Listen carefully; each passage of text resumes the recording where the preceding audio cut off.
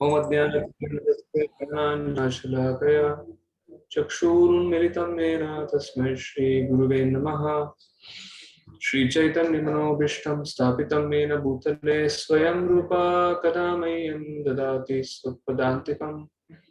वन्देऽहं श्रीगुरो श्रीयुतापदकमलं श्रीगुरुं वैष्णवांश्च श्रीरूपं साग्रजातं सहगण रघुनाथान्वितं तं सजीवं साद्वैतं सावधूतं परिजनासहितं कृष्णचैतन्यदेवं श्रीराधा कृष्णपादान् सहगण ललिता श्रीविशाखान्वितं नमो विष्णुपादाय कृष्णप्रेष्ठाय भूतले श्रीमते भक्तिवेदांत स्वामिनिति नामिने। नमस्ते सरस्वती देवे गौरवाणी प्रचारिणे निर्विशेषा शून्यवादी पाश्चात्य देशतारिणे। नमो महावदन्य कृष्ण प्रेम प्रदायते कृष्णाय कृष्ण चैतन्य नाम्ने गौरत्से नमः।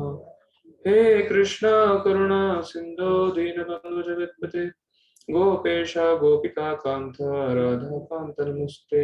तप्त कांचन गौरांगी राधे वृंदावनेश्वरी कृष्णानुसुते देवी प्रणमामि हरिप्रिये।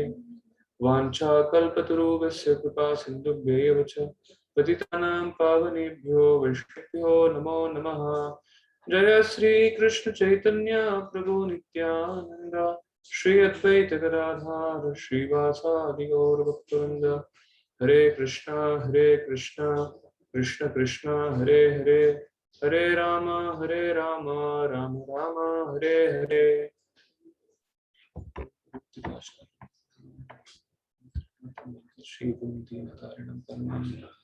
Shri Chaitanya Ishwaran. Hare Krishna. Happy to meet all of you once again after a long break.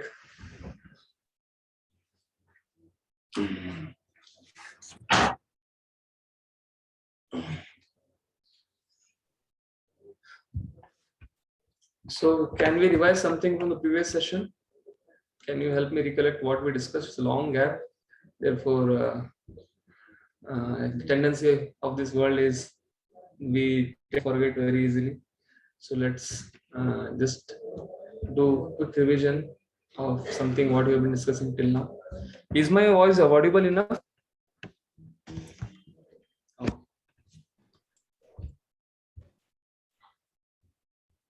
Yes, so you can raise. is audible. Yes, you can hear you. You can raise hands. I'll ask you to contribute if you want to contribute something. Yes, we have so many hand raises. Yes, Zipa Mati has raised, and then after that, Vinila Mataji. Yes, Mataji, please carry on. Hare Krishna Prabhuji, Dandavat Pranam.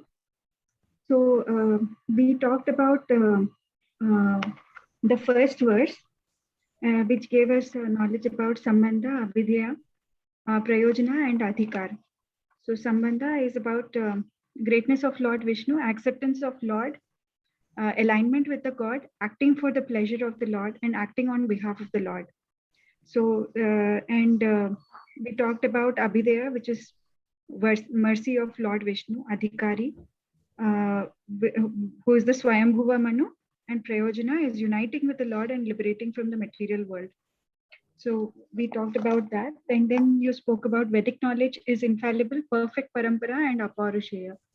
So there are starting from the comes the imperfect disciplic succession. So there is a parampara and it starts with the Lord. The aparushaya part is is delivered by the Lord, who is not a mundane person. He is a supreme personality of Godhead. So these are the two aspects. One is the disciplic succession, and the second is the Lord himself being a person and not a ordinary being. Then theme of Isopanishad is that the Lord is the supreme proprietor and controller of everything. Acknowledging Krishna's proprietorship and aligning with his instructions and serious responsibility of human life is to identify that humans are different from animals, accept prasadam because vegetarianism is different to prasadam. The root of sin is the ignorance and deliberate deliberate disobedience and disregard the proprietorship of Lord. That is basically the ignorance that we are talking about, which is the root of all sin. And the quota allowed are the 4 regulative principles which we must take to heart. So that is what is Hare Krishna. Thank you, Mataji. Thank you for your recollecting. Yes, we have Vanilla Mataji. Can you share something? Deepa Mataji, what Deepa Mataji did was, it's a quick revision of everything, all highlights. But others can elaborate on that, something in detail, what they understood.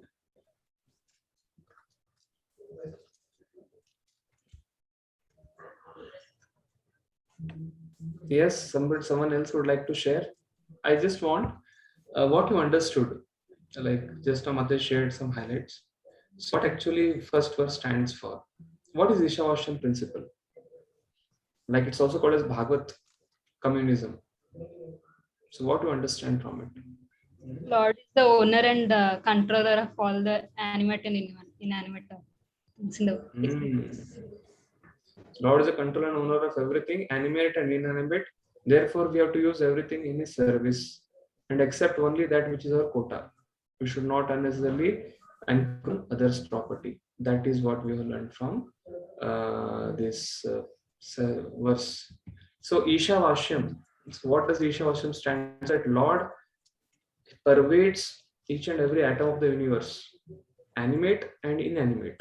Ishavashyam idam sarvam yat kincham jagan jagat.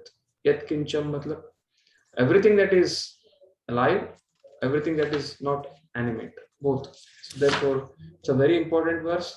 It's the theme of the whole Isopanishad. Is mantra one is the theme. The main theme of whole Isopanishad mentioned the mantra one. That is what we have discussed. And Prabhupada brings out very nicely, we cannot immediately take up bhakti. Therefore, he mentions, rather than being vegetarian is not a solution. You have to become Krishnatarian. You should offer Krishna Prasad.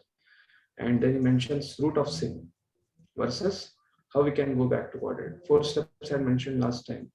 Acceptance of God, that's the Ishavashyam principle. Because when we accept God, when we accept supreme proprietorship of God, that's acceptance. We accept God is in picture. Once we accept, then if God is in control, He is a proprietor of everything, the supreme proprietor, controller of everything, then we have to align with His principles. So He has given us Vedas, He has given us Vedic literature, He has given us Upanishads, He has given us Smriti, Shruti, and Nyaya. Therefore, we have to align our activities as per as His Vedic literature. That is the second step. Third step is acting for His pleasure. First step is acceptance. Okay, God is in picture. Second step is, okay, whatever we like, we try to do it. By aligning means what? हमको अच्छा लगता है हम करेंगे, हमको नहीं अच्छा लगता है उसको थोड़ी देर के बाद करेंगे. So that is second step, accept, aligning with the will of the Lord. Third step is acting for the pleasure. Whether we like it, whether we don't like it, we do it. It's a Vaidhi sadhana bhakti. And it comes to the level of Bhavakti, till Raghavanga Bhakti and Bhavakti. And then acting on His behalf. I was mentioning about Navida Bhakti. Prabhupada mentioned the 4th canto. First 7 principles everyone can execute, but the last Sakyam and Atmanivedanam is executed by pure devotee, Acharya. So we had seen it. So basically, Ishavashyam principle is all about accepting Lord as a supreme proprietor and controller of everything. And based according to our own karma, we have been allotted with some facilities and some responsibilities in this life. We do that properly. That is our part. Third part is not to encroach on others' property. How to know which is our quota, which is not our quota? Very simple. What is in your karma? Nai suptasya simmasya. Even a lion has to do little hard work to get its food. Is the king of the jungle. Similarly, although it is in our karma, we will have to do a little bit hard work in such a way that we get our returns. We get what we want to maintain our life. Clothing, shelter, food, clothing, shelter, everything we get. But we have to do little hard work. Even lion has to do little hard work. That is a quota. But beyond that, when you want to go to extreme where we don't have time for normal life, we are not sleeping on time, we are not waking up on time, we don't have time for acknowledging the greatness of the God, we don't have time for offering food to Lord, we don't have time for attending the sessions. or any of the devotional sessions, Krishna consciousness, then we should understand that it is going beyond our quota. Okay, this is what we have been discussing in session 1, and we'll carry with our session to today. Like one devotee asked a question, Isha Vashyam, why it doesn't refer to Lord Shiva? Why it refers only to Vishnu? Because Isha generic, there are two things, generic principle and the detailed principle. So here Isha has to be seen from different scriptures. What different scriptures speak about the same principle? So Vedanta Vesikan mentions some of the things where he says from Shvetesh, सर्वत्राशो समस्तं च वसति अत्रेति वै यतः तथा स वासुदेवेति विद्वाद्भि परिपत्यते. This world is pervaded by that Lord, or it can mean this world must be inhabited by him, or must dwell always within him. Therefore, that is Vasudeva. And then he mentions, he takes this theme, like someone was saying, why not Lord Shiva? He gives various quotations.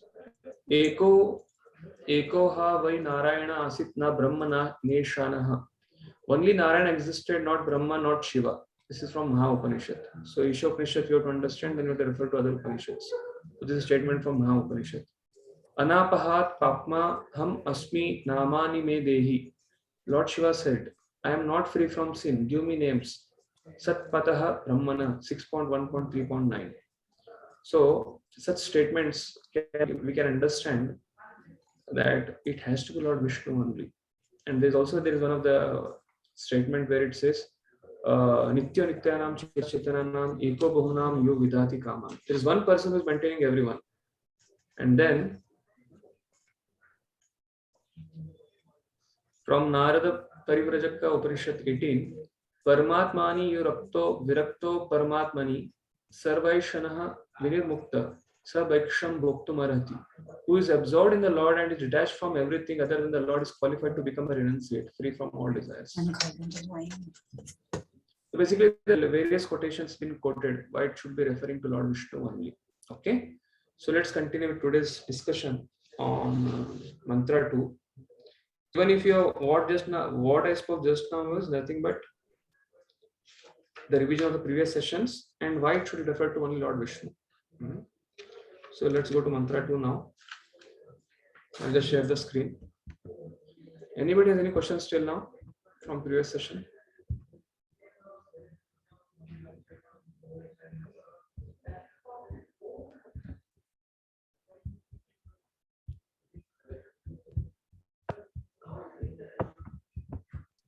Hare Krishna Prabhuji, Dhanavad Pranam Prabhuji.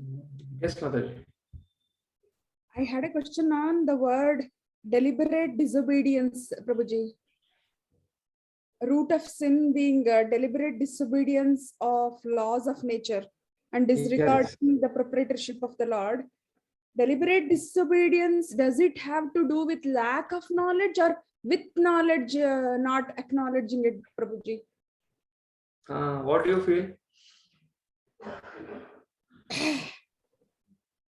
I think with some knowledge, they don't have full knowledge, Prabhuji, that is for sure. Like I don't know, with little knowledge they're disregarding, right? Should it be considered as without knowledge they're doing it, so they're like simply mood has like foolish, or with little knowledge and they are very scared to get knowledge also? It's not like even if we try to give knowledge, it won't work. So I got very confused about deliberate disobedience. Yeah. Yes.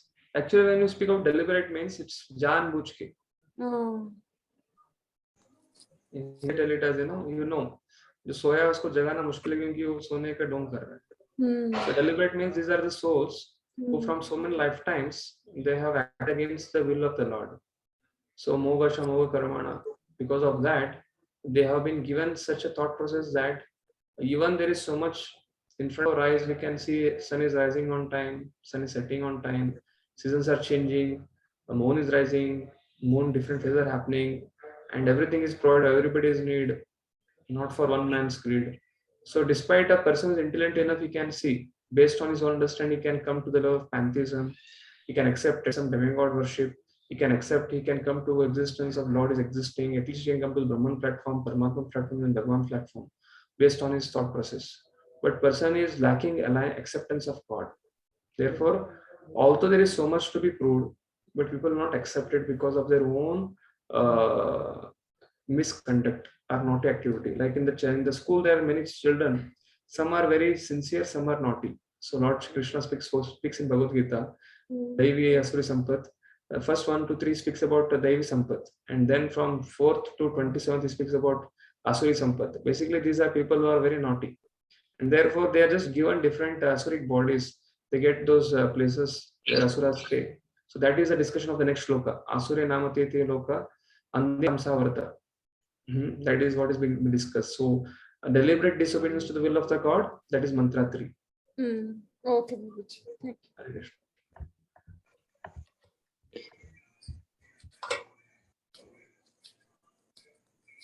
So we'll chant the mantra and continue discussion.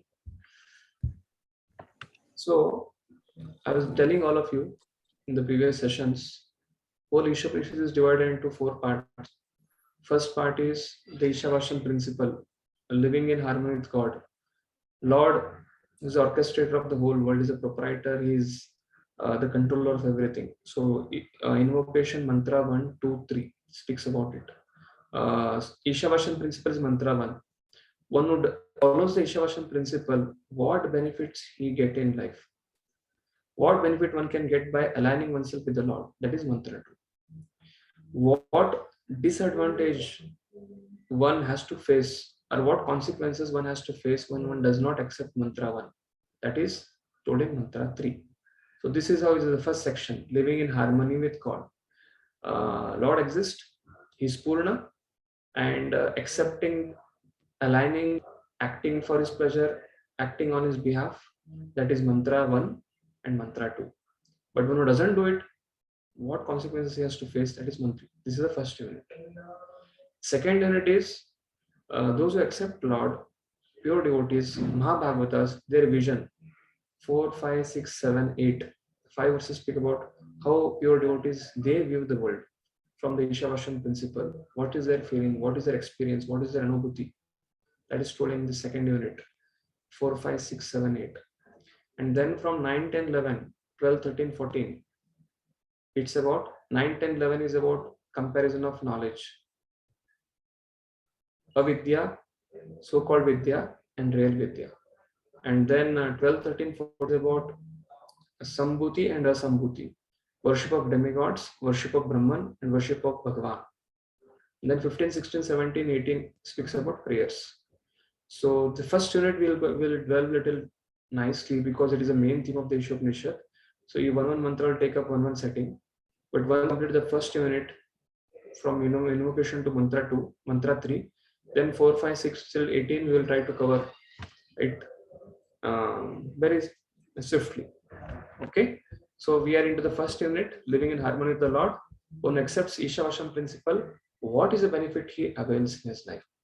So I'll just recite the mantra. Kurvanevahu karmani jijivishe chatam samaha evam tvayi nanyate tosti na karma lipyate nare. So the chandas which is mentioned here is Anushtupa Chanda. And this is like same like Bhagavad Gita. So I'll recite.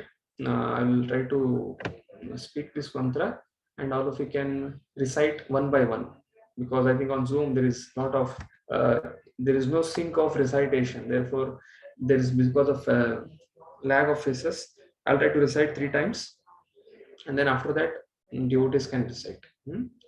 Kurvaneva karmani jijivishe chatam samaha evam tvayi nanyate osti na karma lipyate nare. Kurvan evaha karmani jijivise chatam samaha evam tvahi nanyate tosti na karma lipyate nare. Yes, someone would like to recite? Hare Krishna Prabhuji, I will recite. Yeah, please. Kurvan evah karmani jijivisecha chatam samaha evam tvayi nanyate tosti न कर्म लिप्यते नरे. Good. Very nicely recited. Thank you. Yes, anybody else? Yes, Vanilla Mata is raising hand. Yes, please, Mataji. Go ahead. अनेवेह कर्माणि जिजीविषे चतं समा एवं त्वयि नान्यथेतोऽस्ति न कर्म लिप्यते नरे. Okay. Then we have next Deepa Mataji. Please recite. कुर्वन्येव इह कर्माणि जिजीविषेत् सतं समाः एवं त्वयि नान्यथेतो अस्ति न कर्म लिप्यते नरे. Yes, we have Charanya Narsimhan Mataji. Is it Prabhuji or Mataji? Okay, Mataji. Yes, Mataji. Please go ahead. एवाह कर्माणि जिजीविषेकशतं समाह एवं त्वविनन्यतेतोऽस्ति न कर्म लिप्येत नरे. Yeah. Thank you, Mataji. Hare Krishna. We have next Saraswati Mataji. Can you recite? Hare Krishna, Prabhuji, Dandavat Pranam. Yes. कुर्वन्येवेह कर्माणि जिजीविषेक्षतं समाः एवं त्वयि नान्यतेतोऽस्ति न कर्म लिप्यते नरे. Hare Krishna. Okay. Hare Krishna. So we'll go with synonyms. Kurvan. What is the meaning of Kurvan? Kurvan matlab doing something. So here the translation Prabhupada uses is continuously doing. Doing continuously. Kurvan. What is that one does continuously? He has to work hard to maintain his body, food, clothing, shelter. Kurvan. Maintenance. Creation is simple, destruction is simple, but maintenance, one has to do it continuously. Day after day, month after month, week after week, minute after minute, second after second, hour after hour. So it goes on years after year, life after life. But in this, at least one lifetime, maintenance, kurvan, is doing something for one's existence. Kurvan, doing continuously. Eva, what? Thus, iha, during this lifespan of life, is for till the stay in the material world, whether it is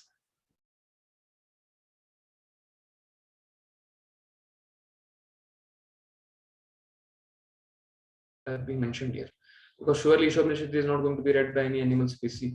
4 lakh species of human beings, apart from the 80 lakh species, they cannot make any sense of it. Therefore, iha, during this span of life. Karmani, karma is work, working. Jiji visheta, jiji visheta, jiji vishay. Jiji vishay is desire to live. One should desire to live. Jiji vishay. जीने का इच्छा, उसको बोलते हैं जिजी विशेष. जिजी विशेष, one should desire to live. Chatam, in recitation, jiji vishay, it ends with cha, but the satam starts with sa. But in recitation of Sanskrit, Chandas, it becomes jiji vishay chatam samaha. It is together. If you see the Sanskrit text, it comes together. But now we are into in the English just to recite it nicely. So jiji vishay, desire to live.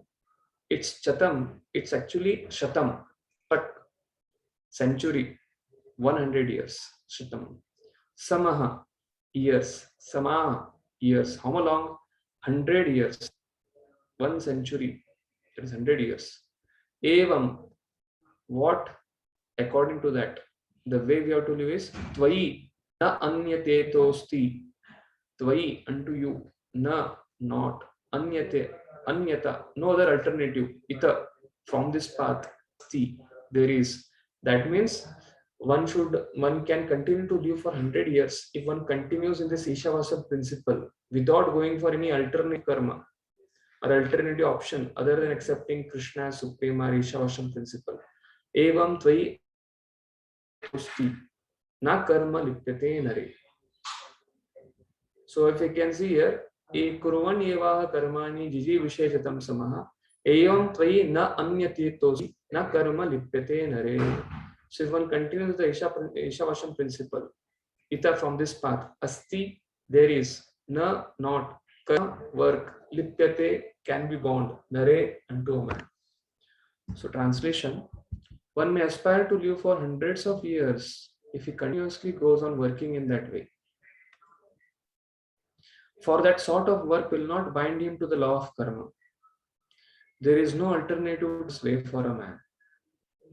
So what? Jiji Vishech, the whole translation Prabhupada starts with Jiji Vishech.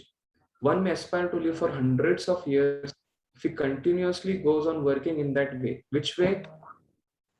That is mentioned in Mantra 1. Because Atato Brahma Jidnyasa. Atato means what? Therefore. What therefore? Because you have got a human form of life, therefore inquire about absolute truth. And therefore, Atato Brahma Jidnyasa. So similarly, aspire to live for hundreds of years if he continuously goes on working in that way. Which way? Ishavasham way. The way which is mentioned in Mantra 1. And for that sort of work will not bind him to the law of karma. Ishavasham principle, if he works according to the principle, he will not be in karma bandhan. So most important theme of this shloka Prabhupada takes up is that sort of work will not bind him to the law of karma. Binding is what is called bandhan, and karma is called as activity. So Prabhupada starts with karma bandhan, and there is no other alternative to this way for a man. Therefore, if one has taken a human form of life, one has come to the material world, there is no other alternative for him to become free from the bondage of karma than accepting Ishavasham principle. This is mantra 1. Or one can continue to live for hundreds of years in this material world in a human form of life, provided he works with the Ishavasham principle. And what will happen with that? It will not bind him to the law of karma. And if he doesn't do that, he will be bound to the law of karma, then he will sink to the animal species. The whole purport Prabhupada speaks about this only, karma bandhan. I think the translation is very clear for all of us. Ishavasham principle, if one lives according to it, one can peacefully live for hundreds of years in this life. And after this life, if he gets complete perfection, he can go back to Godhead. If he has not complete perfection, then he can elevate himself from where he has left. And therefore, there is no other way apart from acceptance of God. So Baldev Vidyabhushan writes in his commentary, this verse indicates Varnashram Dharma, the principles of Varnashram Dharma. And Prabhupada also mentions in his purport, here Prabhupada mentions, we have been discussing, the whole Isopanishad was written as a BTG article, and Prabhupada is appealing to those people who are in 1944, where so many catastrophes like World War II and many things are coming up. And Prabhupada is not encouraging anyone to directly, give up all the things and just take up directly bhakti, because everyone cannot do it. So Prabhupada mentions align, dovetail. Same thing is being mentioned here. One may aspire to live for hundreds of years if he continuously goes on working. The whole question of Arjuna and Bhagavad Gita is, should I work, should not work?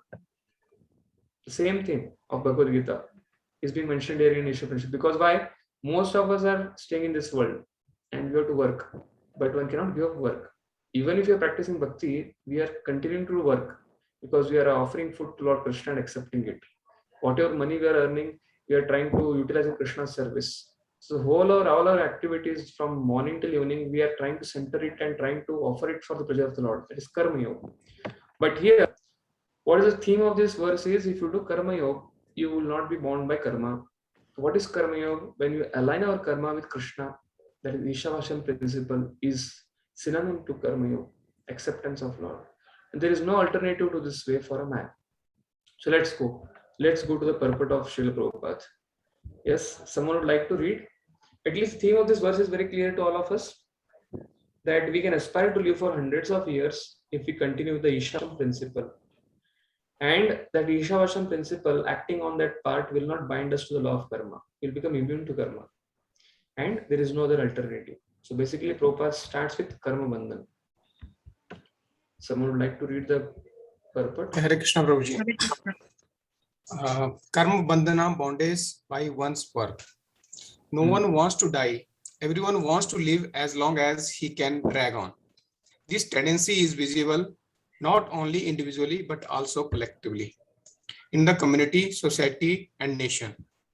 There is a hard struggle for life by all kinds of living entities, and the Vedas say that this is quite natural. The living being is eternal by nature, but due to his bondage in material existence, he has to change his body over and over. This process is called transmigration of the soul or karma, bandhana, bondage, by one's work. The living entity has to work for his livelihood because that is the law of material nature. And if he does not act according to his prescribed duties, he transgresses the law of nature and binds himself more and more to the cycle of birth and death in the many species of life. Hare Krishna. Yeah. So therefore, as I told, Ishavashan principle will not bind one to the law of karma. So Prabhupada picks up that point and starts the whole purport with that. No one wants to die, but one is forced to die because one does not align with the scriptures and tries to do. So what is the definition of karma bandhan? The living entity is eternal by nature. It has no birth, no death. But due to its bondage in material existence, he has to change his body over and over again. Like you see in Bhagavad Gita, I think we'll be discussing Bhagavad Gita Bhakti Shastri after some time. It speaks about 5 principles. So even Baldev Vidyabhushan speaks in the Mantra 1, previous verse, he tells in commentary, even Isopanishad Mantra 1 speaks about the 5 principles. It is Ishvara, Jiva, Prakriti, Kala, Karma. So karma, which is the 5th part, it is temporary. But because of identifying with this body, because of thinking that we are the proprietor, we want to enjoy, want to compete with the Lord. As long as we start competing with the Lord, we don't align with the Lord. Alignment means what? भगवान के सुर में हम सुर मिलाते हैं. तो जो भगवान बोलते हैं उसको हम लोग कहते हैं, उसको पालन करते हैं. लेकिन भगवान के सुर में सुर नहीं मिलाएंगे. We don't align with the Lord, then we become asuras. That is the next verse. So living entities by eternal nature, but due to his bondage and material existence. Why bondage? Because we don't accept the proprietorship of the Lord. The bondage is because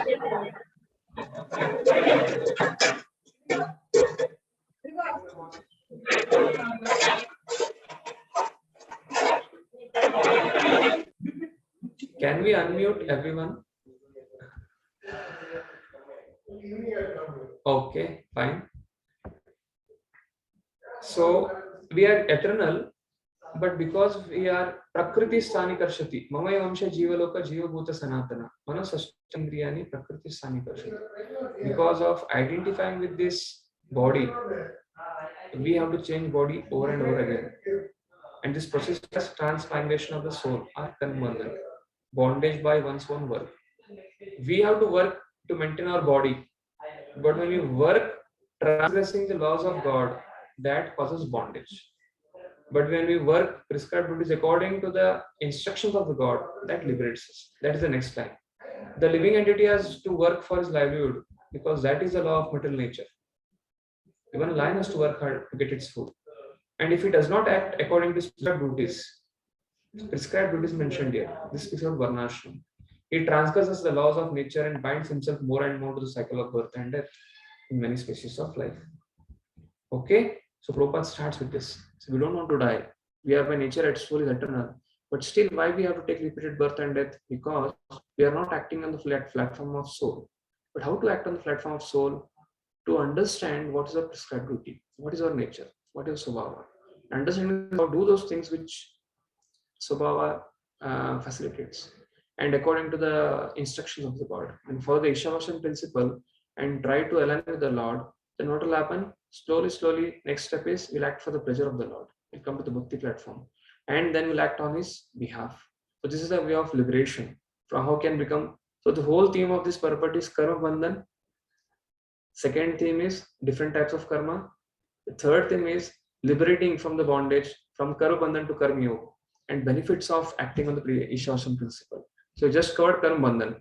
Why everyone is suffering? Because of the bondage of material body. And he has to keep on transmigrating from one body to another body because of ignorance. He disregards the proprietorship of the Lord. Okay. Next paragraph. So after Karma Bandhan, Prabhupada very nicely mentions about the Karma Bandhan. So next he mentions about Karma Bandhan is there, then what is karma? How can you become free of karma? Or is there any intelligent way out of it? That Prabhupada mentions next. Yes, someone can help out to read this whole paragraph. Hare Krishna. Prabhuji. Carry on, Mataji. Okay. 3 types of karma. Akarma, the choice of intelligent man. Other life forms are also subject to the cycle of birth and death, But when the living entity attains a human life, he gets a chance to get free from the chains of karma. Karma, akarma, and vikarma are very clearly described in the Bhagavad Gita. Actions that are performed in terms of one's prescribed duties, as mentioned in the revealed scriptures, are called karma. Actions So what is that the are definition of karma? So definition of karma is actions that are performed in terms of one's prescribed duties, swadharma. So acting up according to one's prescribed duties, swadharma is called as karma. That is according to scriptures. Yes. actions that are free from the cycle of birth and death are called akarma. So that which can free us from cycle of birth and death, from karma bandhan, we can liberating action is called as akarma. Therefore, it's called, although it is, you do activity, but it is not binding you. Therefore, it's called akarma. The result is not producing the resultant action of binding you. Therefore, it's called akarma. Yes, Mataji. And the actions that are performed through the misuse of one's freedom and that direct one to the lower forms of life are called vikarma. Yes, like when Mataji was saying, what is the meaning of deliberate disobedience to the will of God? That is this sin, vikarma. जानबूझ के भगवान के जो आज्ञा है उसको उल्लंघन करना, उसको पालन न करना, misuse our free will and deliberately break the laws of God. That is called as vikarma, vikarmic principle. Of these three types of action, that which frees one from the bondage to karma is preferred by intelligent men. Ordinary men wish to perform good work in order to be recognized and achieve some higher status of life in this world or in heaven. But the more advanced men want to be free altogether from the actions and reactions of work.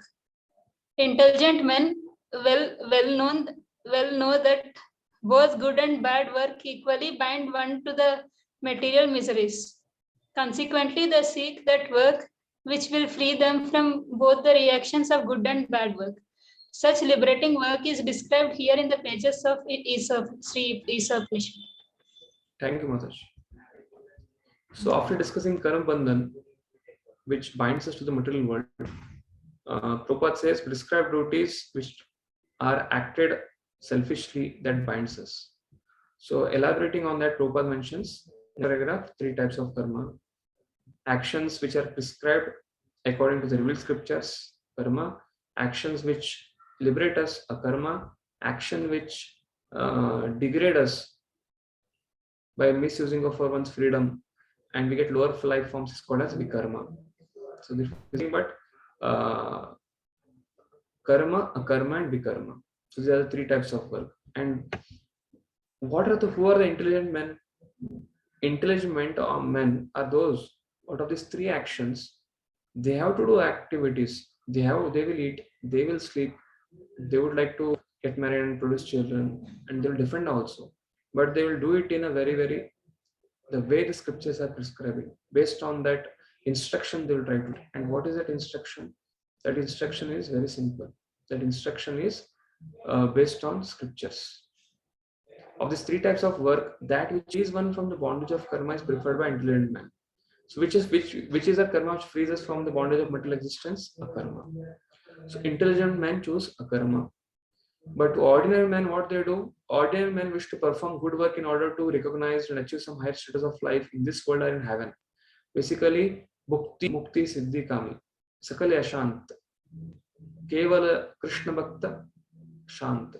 So only who is a devotee, he is actually peaceful.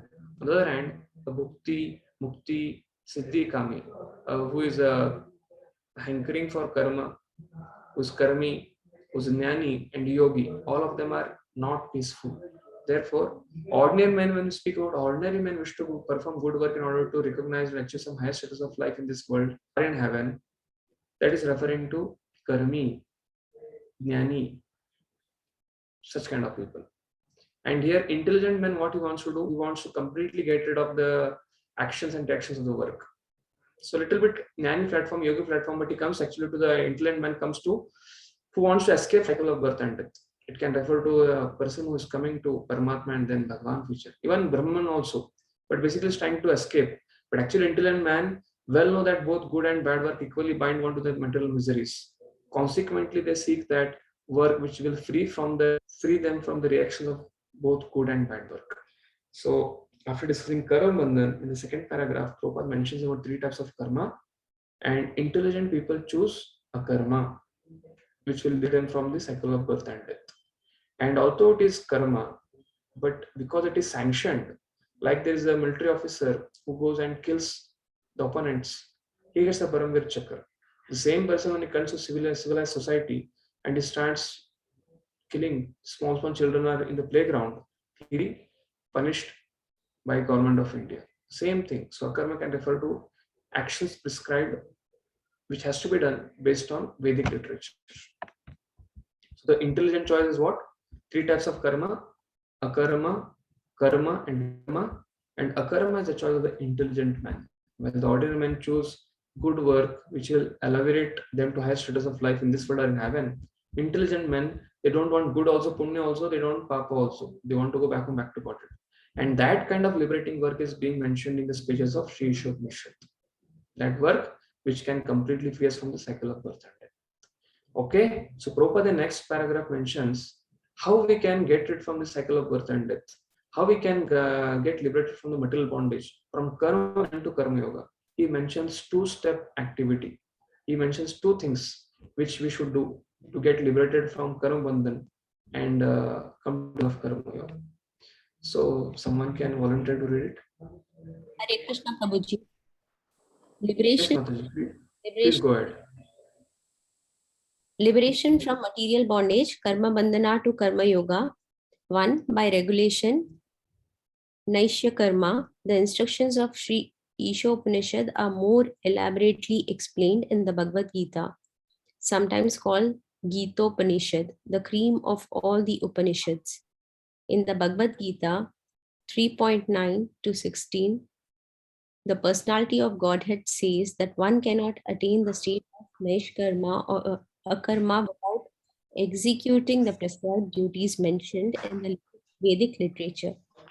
The literature regulates the working energy of a human being in such a way that he can gradually realize the authority of the Supreme Being.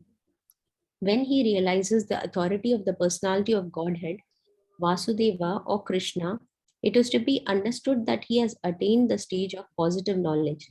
In the purified stage, the modes of nature, namely goodness, passion, and ignorance, cannot act, and he is able to work on the basis of Naishkarma. Such work does not bind one to the cycle of birth and death. Thank you, Mataji. So what is the way we can get liberated from the karma bandhan? First step Prabhupada mentioning in this is regulate. We are all accustomed to doing those things which we like, but we should give up for our selfishness. We should become selfless. The first step in that is acknowledging the Lord's instructions. So here, Prabhupada mentions a very, very nice point. The instruction of Isopanishad is more elaborately explained in Bhagavad Gita, called Gitopanishad. So what is mentioned in 3.9 to 16? What is being mentioned here? What is mentioned is, it's a section in Bhakti Shastri, 3rd chapter, 9 to 16, from Karma Kand to Karma Yoga. So 9, 10, 11, 12, 13, 14, 15, 16, it speaks about the yoga ladder. We'll be discussing in Bhakti Shastri. But I'll just try to tell which are the shlokas which comes in this section of 9 to 16. What are the shlokas?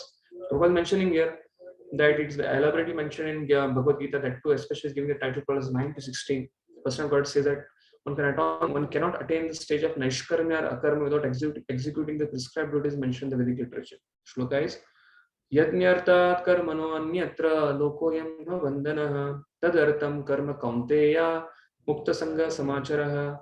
Without performing actions as a sacrifice for Vishnu, people are bound by their actions. That means you have to perform actions. But if you do it for your own self, you'll be bound. But if you perform for Lord Vishnu, you'll become liberated. So do your prescribed duties for his satisfaction. Thus, you will always remain free from bondage. So Mukta Sangha in this verse could also mean being detached from the results of action. Basically, everybody works. Why student studies? Because he wants to get a first rank. Why a corporate person works? Because he wants promotion or he wants something else. And why somebody does business? Because he gets a lot of profit in that. So Mukta Sangha, Here, yadnyartha karmananyatra lokoyam karma bandhana tadartam karma kaunteya mukta sangha samachara. It's mukta sangha doesn't mean that stop working. Mukta sangha becomes become free from fruits of our actions. And how to do that? We should offer prescribed duties, dharma to Lord Vishnu or Krishna without personal desire is called as yajna. The Vedas enjoin yajno vai Vishnu. The same purpose is served whether one performs prescribed yajnas or directly serves Vishnu or Krishna. So what Krishna is suggesting here, Krishna thus suggested that working for the Lord without desire for result is better for Arjuna than premature renunciation of work, Jnana Yoga.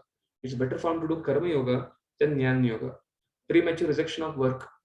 It is better than that is work for the Lord and offer the fruits of work to Lord. Now Krishna tells Arjuna, but if you are not free from the desire for the result of action, then you should still perform action with the desire.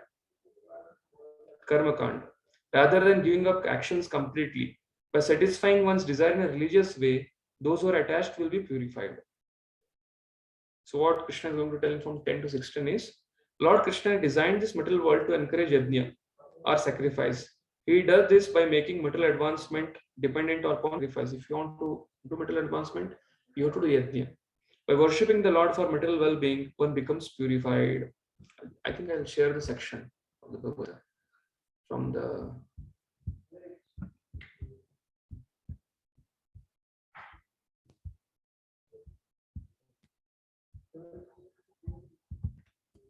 this section Prabhupada mentions.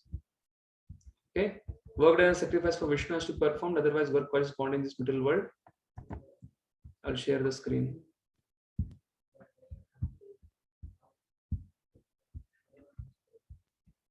This is numbers. Basically, Arjuna is confused. 2.49. Krishna is telling Durena Avran Karma. Keep away abominable activities. So he thinks that okay, fighting is abominable. Should I fight or not fight? So Krishna tells him no. It's better for you to, even if you're attached, better to work, take fruits of action, offer it to me, then purified, then directly giving up the result of the fruits. That is Jnana Yoga. So still here. But that action which has to perform should be performed for the pleasure of Vishnu. That will not bind. That is section.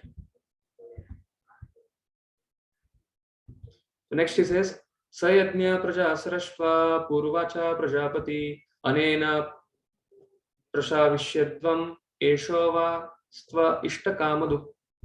In the beginning of creation, the Lord of all creatures sent forth generations of men, demigods, along with sacrifices for Vishnu and blessed them by saying, be thou happy by this yajna, because its performance will bestow upon you everything desirable for living happily and achieving liberation. So what is the theme here is, Lord Krishna has designed this material world to encourage yajna or sacrifice. He does this by making material advancement dependent upon sacrifice. By worshipping the Lord for material well-being, one becomes purified. Okay? Dharma for artha. Artha will do kama. And then if you want moksha also, if you don't not fulfill the kama. Therefore, everything is linked to Lord Vishnu. What happens, there are atheistic people who try to fulfill kama so that they want kama. Even people who are in Varnashrama, who are aligned with the Lord, aligned with the scriptures, they also artha for kama. But what is the difference between both? What is the difference between atheist and theist?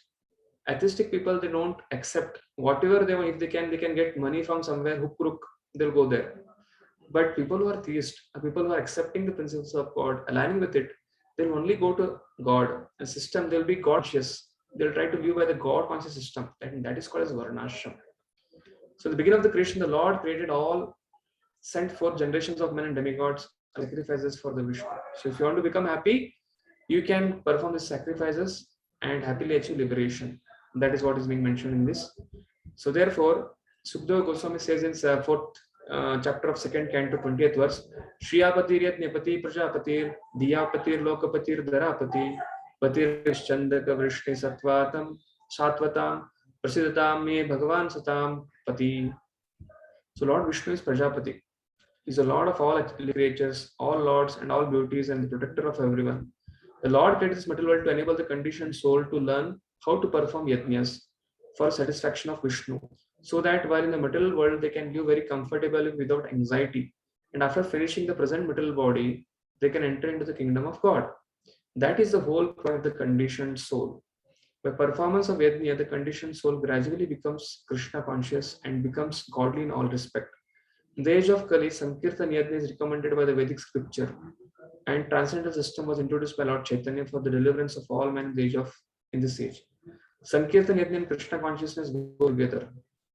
And Lord Krishna in his devotional form is mentioned in Srimad Bhagavatam, Krishna Varnam Tusha Krishnam, Sangha Parsha, Sango Pangastra Parsha. So Prabhupada is mentioning here. But the most important point, what is being mentioned here is what is important for our section today is this highlighted point.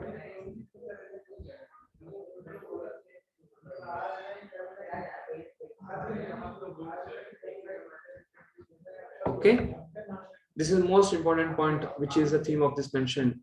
This is what Prabhupada is mentioning in this section from 3.9 to 16. That whole program is the living entity can live comfortably without anxiety, and after finishing this present mortal body, they can enter into the kingdom of God.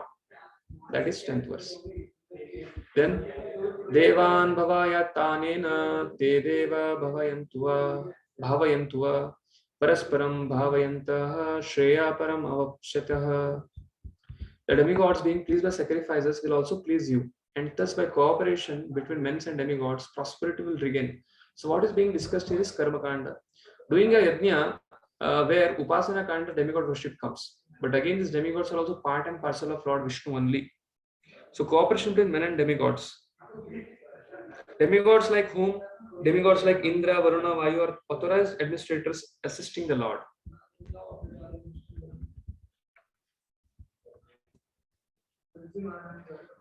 They supply rain, water, air, and all other necessities to people. They are like the limbs of the Supreme Lord and are dependent on the performance of every human being.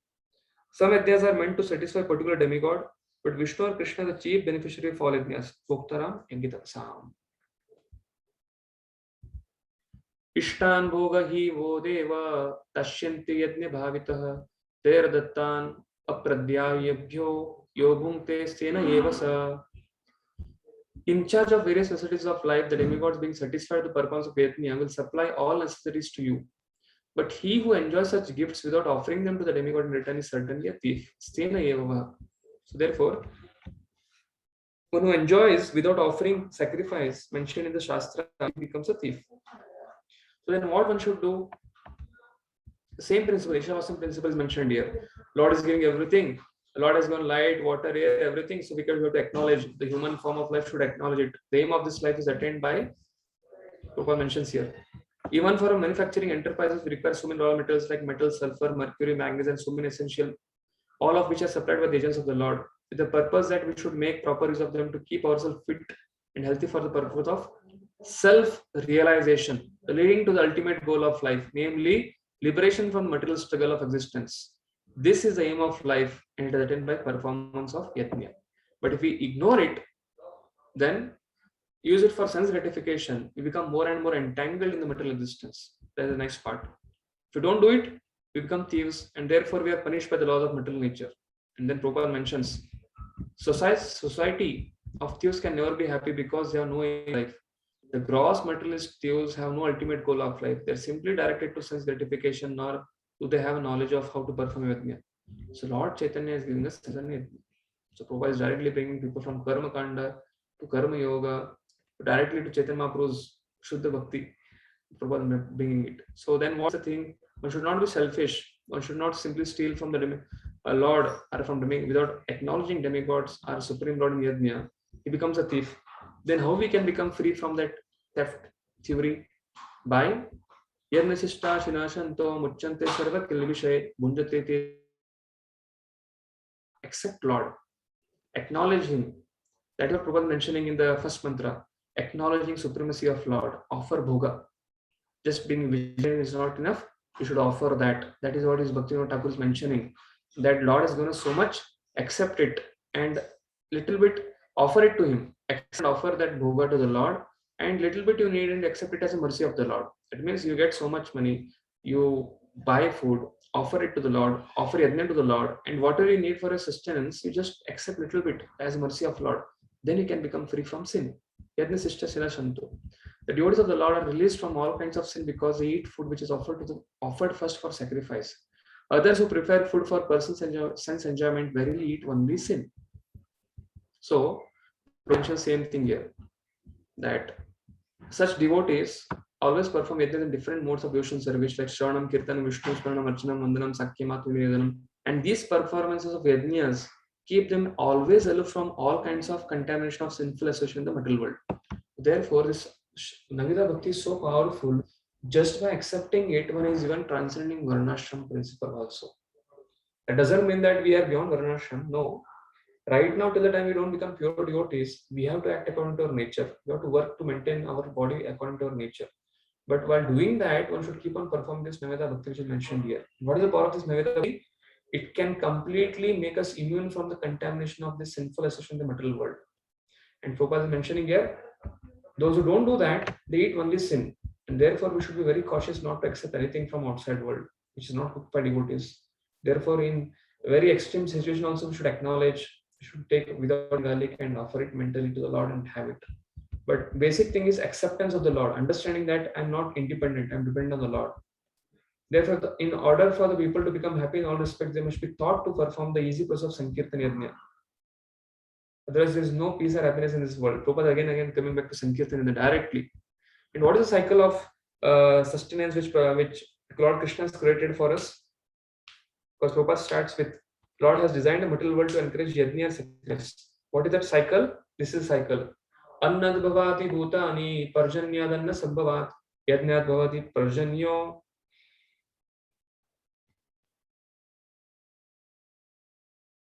yajna karma samudbhavaha. All living bodies subsist on foods which are produced from rains. Rains are produced by yajna, that is sacrifice, and yajna is born of prescribed duties. Therefore, rains are dependent on what? Food grains come from rains, but rains are dependent on yajna. And yajna is one of prescribed duties that is being mentioned here.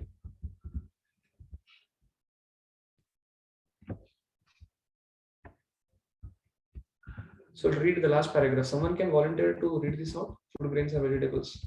This paragraph, last one. Hare Krishna Prabhuji, I can read it. Yeah. Okay. Food grains or vegetables are finally eatables. The human being eats different kinds of food grains, vegetables, fruits, etc. And the animals eat the refuse of the food grains and vegetables, grass, plants, etc. Human beings who are accustomed to eating meat and flesh must also depend on the production of vegetarian in order to eat the animals. Therefore, ultimately, we have to depend on the production of the field and not on the production of big factories. The field production is due to sufficient rain from the sky, and such rains are controlled by demigods like Indra, sun, moon, etc. And they are all servants of Lord. The Lord can be satisfied by sacrifices. Therefore, one who won't perform them will find himself in scarcity. That is the law of nature. Yajna, specifically the Sankirtana Yajna, prescribed for this age, must therefore be performed to save us at least from the scarcity of food supply. Thank you, Prabhu. Therefore, what is the complete cycle? Karma brahmodbhavam vidhi brahmakshara samudbhavam tasmat sarvaga brahma nityam yajna pratishtitam. Regulated activities are prescribed in the Vedas, and the Vedas are directly manifested from Supreme Person of Godhead. Consequently, the all-pervading trance is eternally situated in the acts of sacrifice. Okay? So, therefore, regulated activities. Yes, we can read this purport and then continue. Someone can read? Krishna Prabhuji. Yeah, please read. Yajnartha karma, or the necessity of work for the satisfaction of Krishna only, is more expressly stated in this verse. If we have to work for the satisfaction of the Yajna Purusha, Vishnu, then we must find out the direction of work in Brahma or the transcendental Vedas. The Vedas are therefore codes of working directions. Anything performed without the direction of the Vedas is called vikarma, or unauthorized or sinful work. Therefore, one should always take direction from the Vedas to be saved from the reaction of work. As one has to work in ordinary life by the direction of the state, one similarly has to work under the direction of the supreme state of the Lord. Such directions in the Vedas are directly manifested the breathing of the Supreme Personality of Godhead. It is said, Asya Mahato Bhutasya Nishvasitam Etad Yad Rigvedo Yajurvedaha Samavedo Atharvan Girasaha.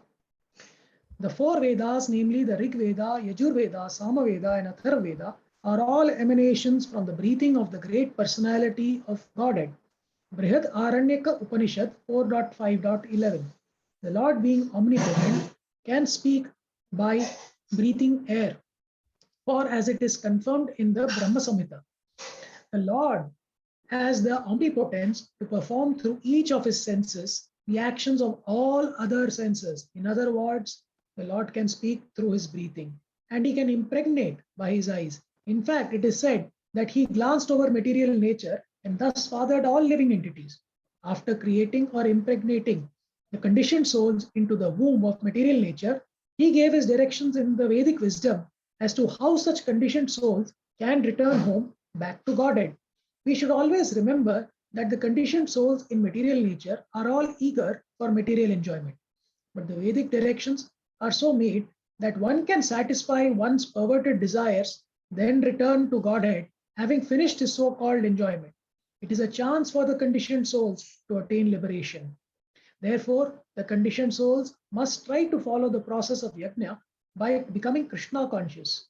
Even those who have not followed the Vedic injunctions may adopt the principles of Krishna consciousness, and that will take the place of performance of Vedic yajnas or karmas. Surrender unto me. This point is very important. Even those who have not followed the Vedic injunction may adopt the principle of Krishna consciousness. That means people who are not in Varnashram, who are not accepting Vedic Varnashram, like people from different background, Prabhupada went to West, none of them followed anything, but they could come immediately get elevated to the platform of Krishna consciousness. This is the power of bhakti, power of Sankirtan. So what happens if we don't do yajna? 16th. Evam pravartitam chakram nanuvartyayati haya agayur indriya ramo mogam partha sajivyati. Indriya ramo, one who does first gratification. My dear Arjuna, one who does not follow in human life the cycle of sacrifice thus established by the Vedas, certainly leads his life of full of sin. Living only for the satisfaction of the senses, such a person lives in vain. So therefore, it is concluded here. By nature's law, this human form of life is specifically meant for self-realization in either of these three ways: karma, yoga, jnana yoga, or bhakti yoga. Anyone one can start with, beginning with. There is no necessity of rigidly following the performance of prescribed yajnas for the transcendentalist for above vice and virtue. But those who are engaged in sense gratification require purification by the above cycle of yajna performance. And there are different kinds of activities. Those who are not Krishna conscious certainly engage in sensory consciousness. Therefore, they need to execute pious work. The yajna system is planned in such a way that sensory consciousness persons may satisfy their desires without becoming entangled in the reaction of the sense gratificatory work. The prosperity of the world depends on not on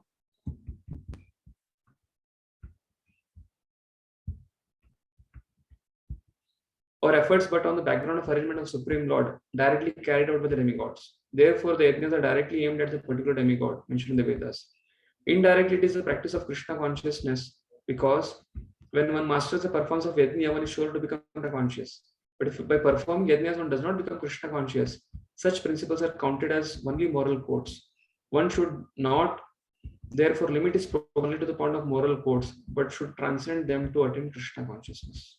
Therefore, person who is very selfish, he should perform yajna, start karma kanda, and then when he does karma kanda, slowly he gets purified.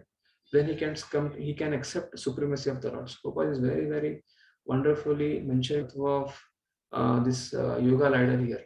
This will be understanding more in your Bhagavad Gita section. But the whole theme is what? Living entity cannot live immediately sense gratification. So therefore, he should, okay, you want this, do this. If you want this, you do this yajna. But while doing that, what happens? He develops dependence on the Lord. Then he becomes purified. Then therefore, Prabhupada mentioning the purpose of yajna should not remain to only to moral codes. One should do that yajna and come to the from the demi Vishnu. That is the conclusion of the yajna. Aradito yadi hari tapasya tada kim. Na aradito yadi hari tapasya tada kim. If you are doing Krishna Aradhana, what is the need? What is the use of any of the other yajnas? But if you are not doing Krishna Aradhana, what is the use of other tapasya? That is the thing. Therefore, we have covered first 3-4 paragraphs. So, third paragraph, because I wanted to show you, this regulation is mentioned in section from 9 to 16. Okay, so we have covered this thing now. So if you read now this section, you'll understand. The instruction of Sri Isopanishad are more elaborately explained in Bhagavad Gita 9 to 16. Says that one cannot attain the state of Naishkaranya without executing the prescribed duties in Vedic literature. What is this means is without aligning with the Lord. We cannot come to the level of Vedic, we cannot come to the level of Naishkaranya. Whatever attachment we have, we should accept Vedic literature, follow it, get purified, and rise to the level of coming to worshiping Krishna. So this literature can regulate the energy of a human being. People are very, very attached. People are very selfish. Indriya Rama. How they can get regulated? When they start doing yajna. When selfish person, when he starts giving a little, then he becomes selfless for a period of time. You can't overnight accept a person who is so selfish, suddenly gives up everything for Lord. No, it's a gradual process. And therefore, you should never think that when you're trying to push Krishna consciousness to someone, oh, I give Bhagavad Gita and he become a devotee, and therefore I am the cause of his bhakti. No. Over a period of time, so many lifetimes living entity are coming through a journey of self-realization.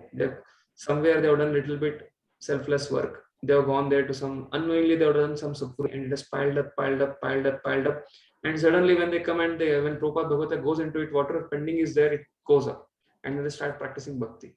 And therefore, we should understand whenever you're doing some program, if somebody is not immediately picking up Krishna consciousness, we should not understand it's a waste. Because why? In the vessel of their Sukruti, Bhakti-Mukha Sukruti, you are trying to put one drop of Krishna's mercy. And therefore, Sankirtan is so powerful, nothing is waste. Everything is valuable, because any moment that person can come to Krishna consciousness, either in this life, in the next life. If he appreciates one part of the Sankirtan movement, his life becomes glorious. He gets connected to the Mahaprabhu's movement. And therefore, some people will immediately pick up Krishna consciousness. Some people gradually pick up Krishna consciousness. So 9 to 16 speaks about those people who gradually come to Krishna consciousness are Naishkarmya. Those who cannot immediately take up because they have a lot of movie done, Naishkarmya is mentioned for them. You regulate your activities, and that is Vedic Varnashram. And for those who are already done, what they should do? Work in devotion, bhakti. Even if you have conditioning, some people may say, I have this conditioning, I have that conditioning, what I should do? Not an issue. Whatever you're doing, do it for Krishna's pleasure. That is the Prabhupada concluding there. Sankirtan movement as recommended by Chaitanya Mahaprabhu. Why Prabhupada mentioning here? Because although you have conditioning, you try to do that conditioning, total that conditioning. Whatever isms you are having, do it for the pleasure of the Lord. Then you get purified out of it. Yes? Can someone volunteer to read this section? The second part, how to get liberated from the bandhan. One is regulation, second is what? Work in devotion. It is dovetailing. Yeah. Hare Krishna. Work in devotion, bhakti to overcome conditioning. Factually, no one has to do anything more than render devotional service to the Lord. However, in the lower stages of life, one cannot immediately adopt the activities of devotional service, or one can completely stop repetitive work.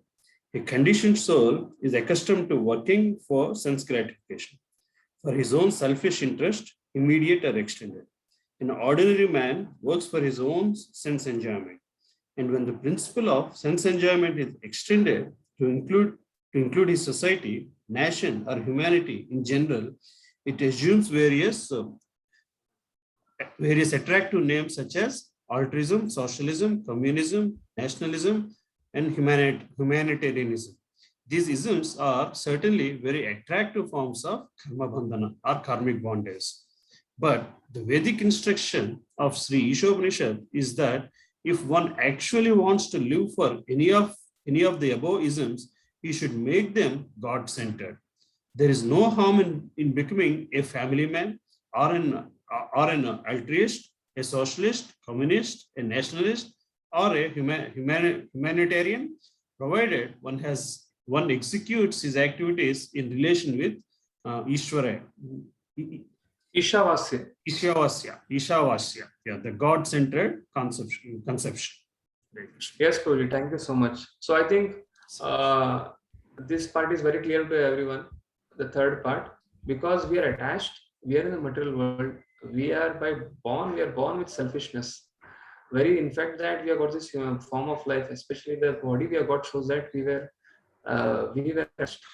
Otherwise, till the time we are not attached, we will not get this body, and we are still attached. And therefore, what we should do is we should gradually regulate our activities. Initially, we should come from Karma Kand to Karma Yoga. We have passed that zone. We have already come to Bhakti Yoga process. We have accepted Krishna Kirtan movement. But slowly, we should follow the principles from Nectar of Devotion, and Bhakti. Whether we like, whether we don't like, we act for the pleasure of the Guru. That is the principle we learn from this. So, how to become free from Karma Bandhan to Karma Yoga? Regulate our activities. We know, everybody knows what I like to do in Krishna consciousness, what I don't like to do in Krishna consciousness, and what is sanctioned, what is not sanctioned, still I'm doing. Slowly, one should try to regulate that if we really want to make it back to God in this life itself. And next thing is, don't tell everything for Krishna's pleasure.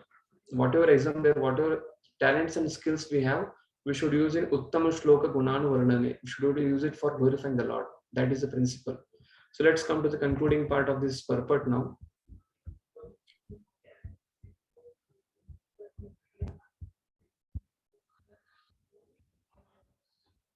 Yes. So what happens when we work in the spirit of Ishavasham? What are the benefits? Why we should act like an expert marketing strategist who wants to offer benefits of some principles of following the Ishavasham principle? What are the benefits you will accept? Altogether, various because most of the people are selfish in this world. They're attached. So when I ask, you are telling me to stake this thing, I'm not going to get anything out of it, but still you are asking me to do this. But what is the benefit I'm going to get by doing Ishavasham principle at the first place?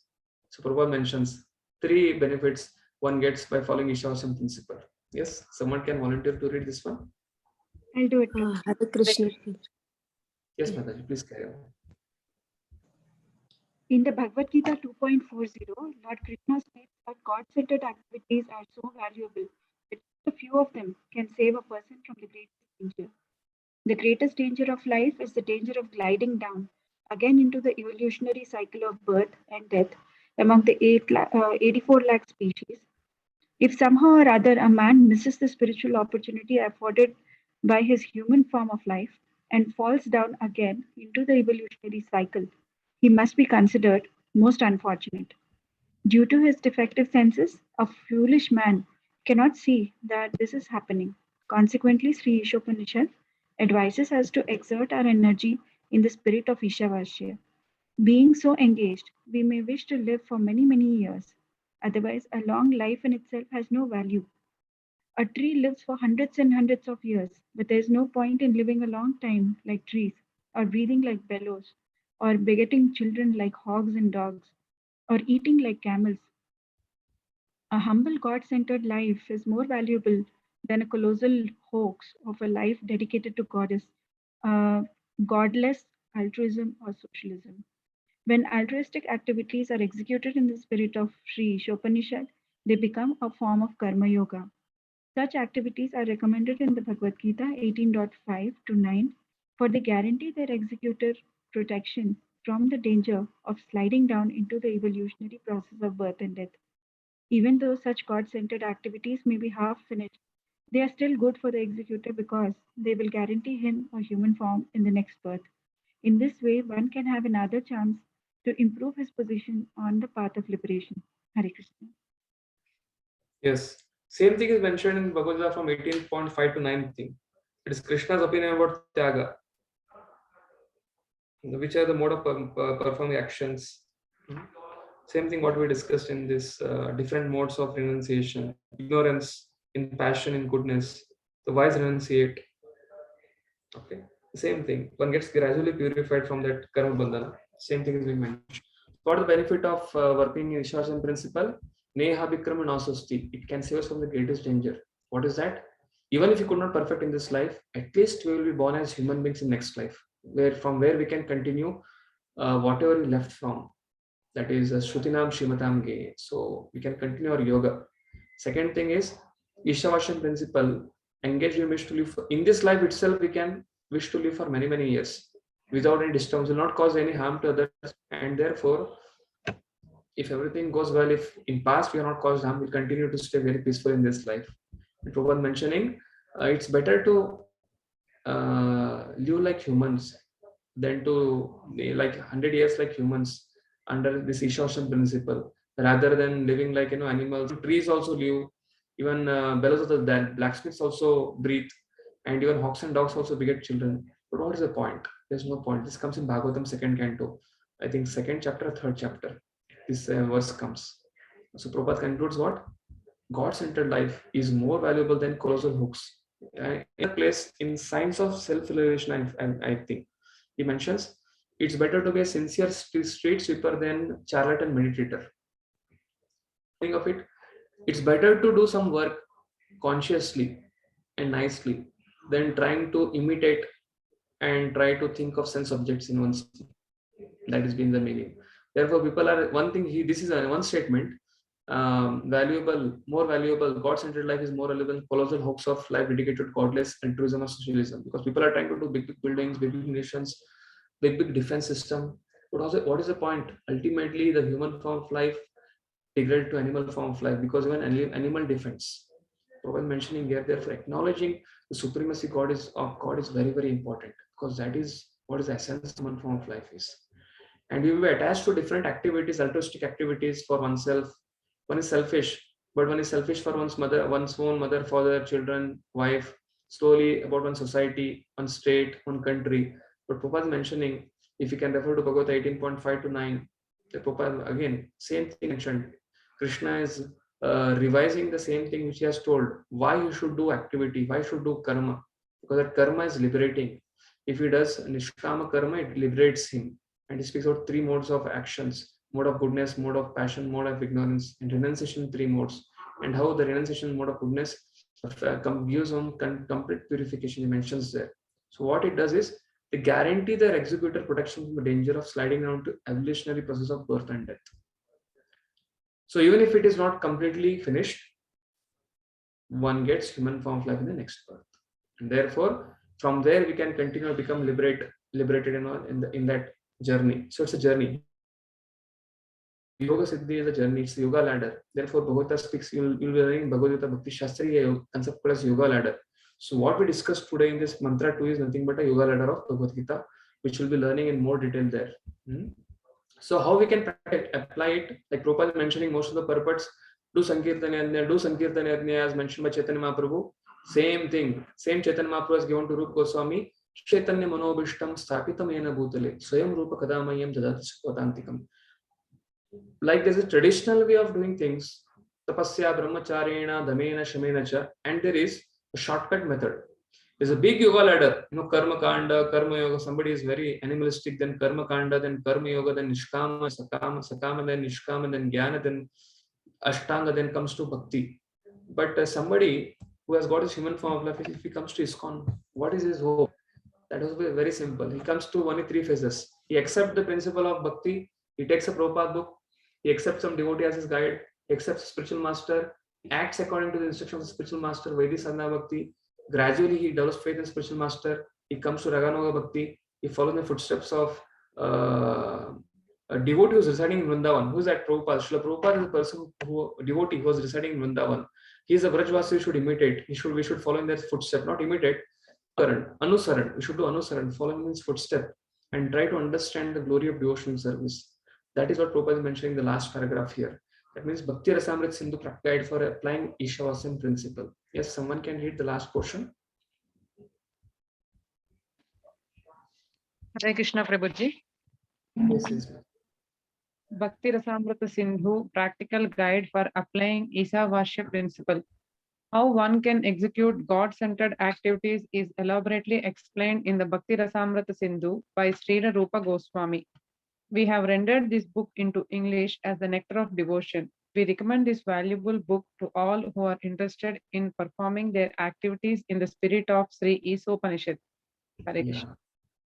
So what is being mentioned in Bhakti Rasamrita Sindhu? Simple thing, 64 principles of Bhakti. It speaks about the glory of devotion service. Then it speaks about 6 glories of devotion service. And then it speaks about 64 limbs of bhakti by which one can awaken dormant Krishna consciousness.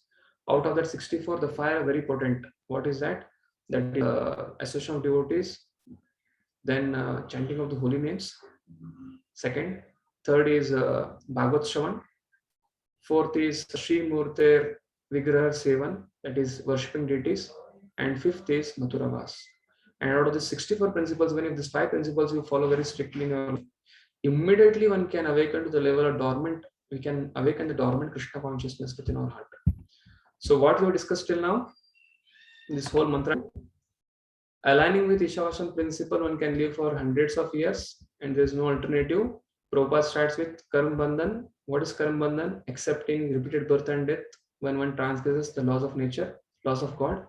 And what is the way out? To mention that Prabhupada mentioned about what is karma, karma, action performed according to one's prescribed duties as per scriptures is called karma. Actions which can free him from the cycle of birth and death is called as akarma. Action which is born out of misuse of one's freedom and one gets a lower animal species life is called as vikarma. And intelligent choose akarma because they don't want good, they don't want bad. That is what is mentioned in Isopanishad also. And how can we practically apply it? Prabhupada mentions Bhagavad Gita section 3:9 to 16, regulation, and then work in devotion, bhakti. Because we are conditioning, we can't immediately give up everything. We have to dottle everything for Krishna's pleasure. Even isms can be dottled for Krishna's pleasure. 2 principles he mentions, regulation and bhakti. Nishkarma and bhakti he mentions. And at the end, what is the benefit? It saves us from the greatest danger of becoming animal in the next life. And even if we have finished, we can continue. We can get a human form of life and continue from where we are left. That is the glory of Ishavasana principle. It's better. Prabhupada mentions this golden statement. The humble God-centered life is much more valuable than colossal hopes of life dedicated to godless altruism. You have such opulence, such great big buildings, but what is the point? Ultimately, in next life, one becomes animal. What is the point? So therefore, God-centered activities, even half finished, can save us from the greatest danger. And how we can practically apply it? Nishkarma bhakti by Bhakti Rasamrit Sindhu. 64 principles are mentioned there. Out of the 5 principles are very important. Reading Bhagavatam, chanting the holy names, association of devotees, worshipping deities, and staying in holy dham. So I'd like to conclude my discussion today here. It's almost 8. If you have any quick questions, you can ask. Otherwise, we'll end here. Yes, Prabhuji. Hare Krishna Prabhu, one question. To act in akarma, do you need to be above the 3 modes of material nature in Shuddha Sattva, or you even in the 3 modes of material nature, you can do your action can amount to akarma? Prabhuji, can you repeat once again? I could not hear. My question is, Prabhuji, is that do we need to be above the 3 modes of material nature to be in akarma, our actions to be in akarma? Or is it in the 3 modes of material nature we can still be acting in akarma, or we'll be only doing karma or vikarma? At the beginning stage, we are in 3 modes only. Slowly, therefore, the step mentioned is regulation and then bhakti. Bhakti you are doing with your own mind and senses. What is the definition of Vaidhi Bhakti? Practicing bhakti with connected mind and senses under the instruction of a bona fide guru. Or we perform bhakti with contaminated mind and senses. So what is the Vaidhi Bhakti definition? We have contaminated mind and senses, but we still practice bhakti for the pleasure of our guru. And slowly when we start doing it, then we come to the level of Raganuga Bhakti. That is also Vaidhi Bhakti only. That is also Sadhana Bhakti only. So what is the definition of Sadhana Bhakti? Bhakti, practice of bhakti with contaminated mind and senses. So therefore, when you speak of akarma, in the beginning stage, it's very difficult for us to come out of 3 modes. But like Government of India tells the soldier, and he puts him on the border and tells him you should fight. So that instruction of fighting is given by Government of India. So he is immune to the punishment. So similarly, what is the point of regulating our senses according to scriptures? Why we should accept scriptures? Scriptures gives us immunity from sinful activities. Although we are in 3 modes, when we follow the scriptures, they make us immune from sinful activities. We are not subjected to sinful reactions of it. Therefore, it's called akarma. So you don't necessarily have to be three. You don't have to be out of three modes. What has to be done is also we are not out of three modes, because what is the meaning of three modes means we are continuously not subjected to Rajoguna, Tamoguna, Sattva. We are beyond Vastu. It's not so easy. But if we are acting under the guidance of somebody who's on the Vasudeva Tattva, like Srila Prabhupada's books, like his disciples, so many initiating spiritual masters are there, and accept as spiritual guru, and we want to, for his pleasure, want to act or perform bhakti. Although we are in three modes, because we are acting on their behalf, we are immune to the three modes. We are immune to the reactions of the three modes. So performing our duties in our Varnashrama is a safety net then, Prabhuji, for us. Varnashrama is in three modes. But if I perform my prescribed duties in the Varnashrama, then under the guidance of a guru, that makes it Vedic sadhana. That is the difference, na? Vedic Varnashrama and Devi Varnashrama. What is the difference? Vedic Varnashrama is that you supervise everything. It's in three modes. But Devi Varnashrama is that you are Swabhava, but you do it under the direction of Guru.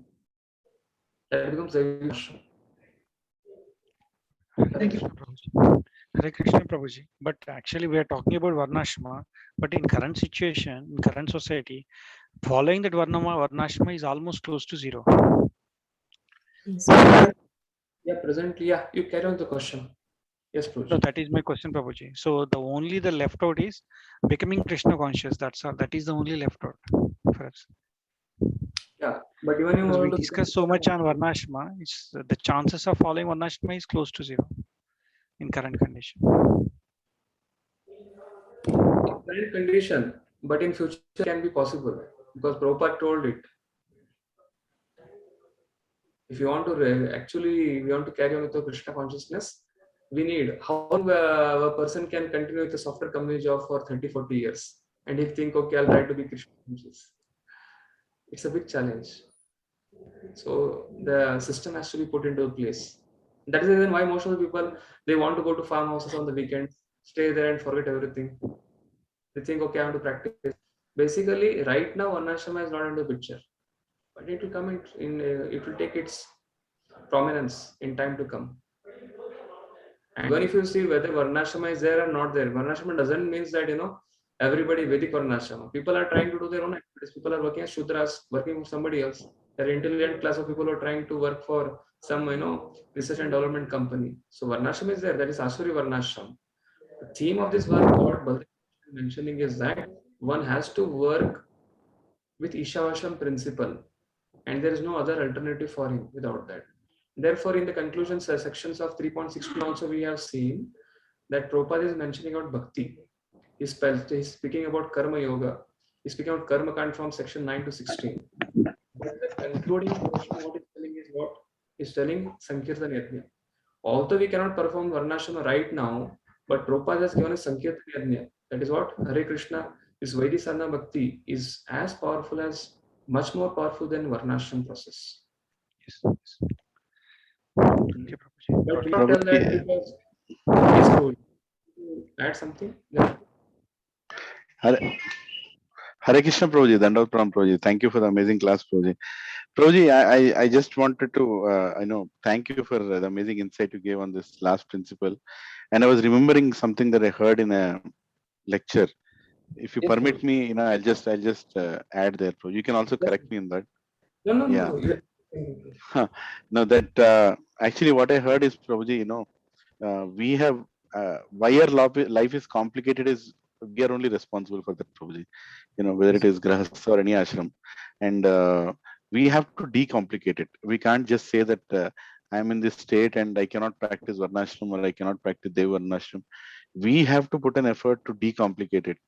Now, if you say that I need my 2.5 lakh salary every month, I need my 3 villas, I need the home loans, I need the, my 2 cars, insurance, and I also need Devi Varnashram, then there is something wrong, So we have to accept that we can't keep everything in the boat. We have to offload some things, otherwise we'll drown. So, so I was remembering that, this question is often asked, whereby, our life is so complicated, we can't. But yeah, it might be complicated now, there's no doubt. But we have to evaluate how many things we actually need in life, and we have to have a solid retirement plan, Retirement doesn't mean again finish all the work. It can be continuing the work in a balanced way, like you said, in the Ishavasham way, and do it. Probably I'm not doing whatever I'm saying. I'm still struggling to do that.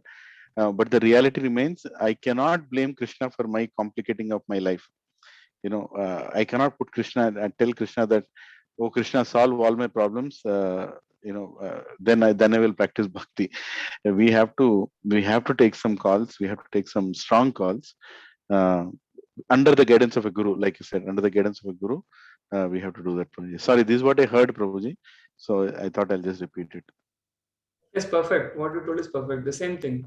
Although right now Varnashram is not in picture, but as Mantra 1 speaks about accepting one's quota, that is the thing. If you make it very clear what quota you want, then it becomes very clear. Very nice. Okay. Thank you. So if anybody has any other questions, we can try to conclude now. Thank you for the wonderful insight, Lilananda Prabhuji. No, I just repeated what I heard, Prabhuji. I'm still struggling. Like Prasad Prabhu's question keeps coming to me every day. Though we say all this, but still we keep accumulating, still we start investing, especially in Grihastha Ashram, you need a house, you need a bigger house, you need a nice house, you need this, that, everything keeps going on. And at the same time, we compromise on our sadhana, sometimes saying that, oh, my life is so complicated, but we have to decomplicate it. Simple living, Prabhupada told, simple living and high thinking. Simple living cannot be compromised. And it's a process. Everyone learns according to his. Yes, Prabhuji. Therefore, Krishna.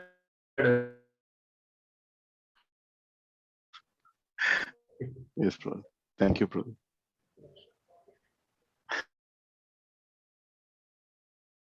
Also? Yes. There's no change, no? Yeah. Okay. Sure, Prabhuji. Hari Bol. Hari Bol. Happy Radhashtami in advance to you, Prabhuji, tomorrow. To all of you also, it's a sincere audience, such inquisitiveness, and I'm myself delighting in preparing these sessions and trying to speak to all of you. So this is whatever best if you can get from it. It's all goes to Acharyas and Parampara. If you find any shortcoming, it's because of my own limited understanding of the concepts, because a lot of homework has to be done. And especially when it comes to Varnashram, it's a question even in our thing, but slowly it is going to come up. It's going to come up. So Prabhuji, how many Bhagavatam sets are you doing in Pune this year? They have taken a target of 5,000 Bhagavatam sets. 5,000 Bhagavatam sets, my God. And just Pune temple, NVCC. No, NVCC, all Pune congregation, Kunjibihari, NVCC, everyone. All glories, Prabhu. Thanks for encouraging us all. Thank you. Hare Krishna. Prabhu, increase the target now. Hare Krishna. Srila Prabhupada ki jai. Yeah.